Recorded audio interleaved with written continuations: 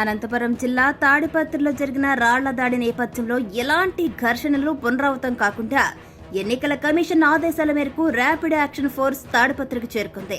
చెన్నై నుంచి rapid action force ప్రత్యేక విమానాల్లో తాడిపత్రికి చేరుకున్నాయి. తాడిపత్రి పట్టణ పోలీస్ స్టేషన్లో డీఐజీ హేమాన్షి వద్ద రిపోర్టు చేసుకున్న అనంతరం పట్టణ పోలీస్ స్టేషన్ నుంచి ఫ్లాగ్ మార్చ్ నిర్వహించి సమస్యాత్మకమైనటువంటి ప్రదేశాల్లో వారితో ఫ్లాగ్ మార్చ్ నిర్వహించారు.